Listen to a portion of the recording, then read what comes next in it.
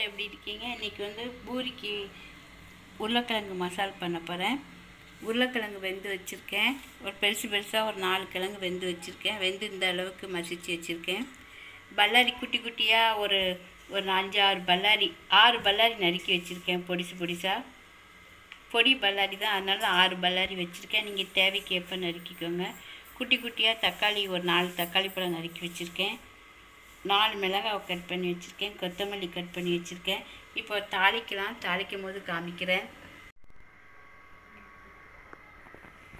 தாளிக்கிறதுக்கு எண்ணெய் ஊற்றிக்கலாம். ரொம்ப எண்ணெய் தேவைப்படாது, கம்மியாக ஊற்றிக்கலாம். எண்ணெய் ஊற்றிருக்கேன். கடுகு போட்டுக்கலாம். கடுகு உளுந்தம்பருப்பு சேர்த்து வாங்கியிருக்கேன். கடுகு போட்டுக்கலாம்.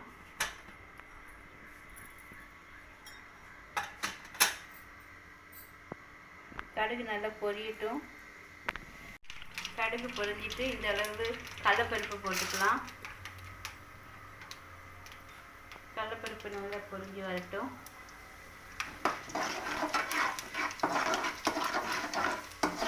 கடலைப்பருப்பு இந்த பாருங்க நல்லா சிவந்துச்சு. வெங்காயம் போட்டுக்கலாம்.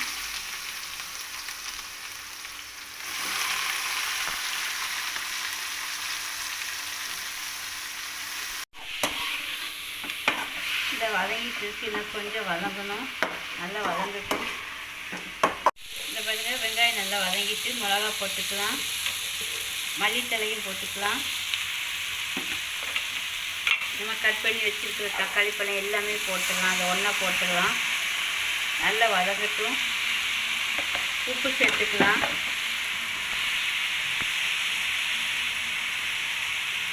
இந்த அளவு உப்பு போட்டிருக்கேன்.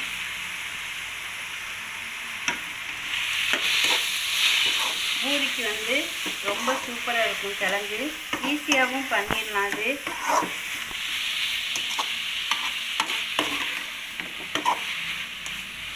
தக்காளி நல்லா வதங்கட்டும்.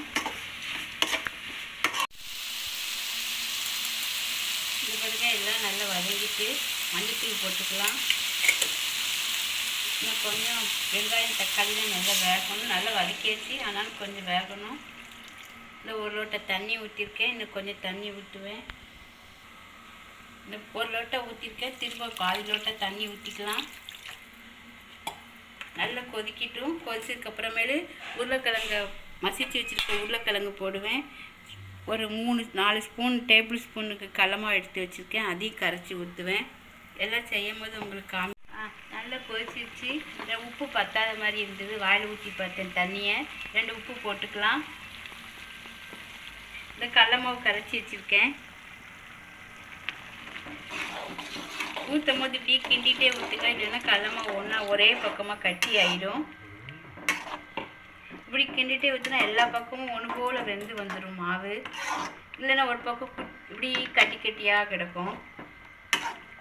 இதை பாருங்கள், கிண்டிகிட்டே ஊற்றுனால சிம்மில் போட்டுக்கோங்க, கையில் தெரிச்சிடும். நல்லா கொதிச்சிட்டு பாருங்கள். இன்னும் கொஞ்சம் கடலமாவு வேகட்டும். என்ன பாருங்கள் நல்லா கொதிச்சிச்சு. மசிச்சு வச்சு கிழங்கு போட்டுக்கலாம்.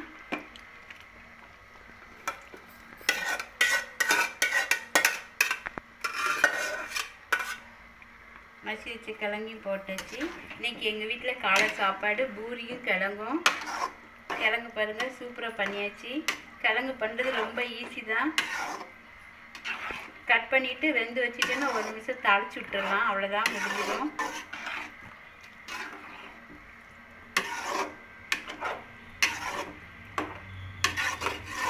இந்த பாருங்கள் கிழங்கு ரெடி ஆகிட்டு பூரி போடுவேன். பூரி தேய்ச்சி போடும்போது உங்களுக்கு காமிக்கிறேன்.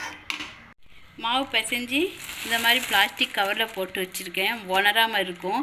வெளியே வச்சுருந்தோன்னா உணர்ந்து போயிடும். அதனால தான் இந்த மாதிரி பிளாஸ்டிக் கவரில் போட்டு வச்சுருக்கேன். இந்த பாருங்கள் உணரவே இல்லை. மாவு நல்ல மெதுவாக இருக்குது. பூரி போடுவேன், பூரி சுடுவேன். பூரி கிழங்கும் இன்றைக்கி எங்கள் வீட்டில் பூரி போட்டுட்டு உங்களுக்கு காமிக்கிறேன். பாருங்கள் பூரிக்கு ஊற்றிட்டுருக்கேன். மாவு தேய்ச்சிட்டு சுடும்போது உங்களுக்கு காமிக்கிறேன். ஆனால் பூரி என் பொண்ணு தான் சுடுவாங்க, நான் தேய்ச்சி கொடுப்பேன். அவங்க சுடுவாங்க. லீவுக்கு வந்திருக்கனால இந்த பாருங்கள் கற்பூரவள்ளி பழம் எங்கள் வீட்டுக்கார மார்க்கெட் போயிட்டு வந்தார். இவ்வளோ பழமும் 30 ரூபா தான். இந்த பாருங்கள் நல்ல தரன விளைச்சலாம் நல்லா இருக்குது. இவ்வளோ பழம் 30 ரூபா தான் மார்க்கெட்டில். நம்ம வெளியே வாங்கினா கூட இருக்கும். ஃப்ரெண்ட்ஸ் இந்த பாருங்கள் பூரி போட்டாச்சு. என் பொண்ணு தான் சுட்டுட்டு இருக்காங்க. இந்த பாருங்கள் நல்ல மாவை ஊற வச்சனால எப்படி புசு புசுன்னு வருது பாருங்கள் அழகா.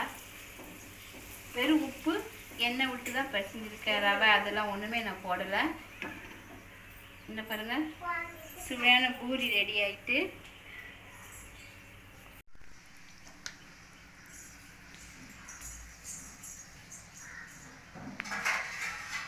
இந்த பாருங்கள் சுவையான பூரியும் கிழங்கு ரெடி ஆகிட்டு.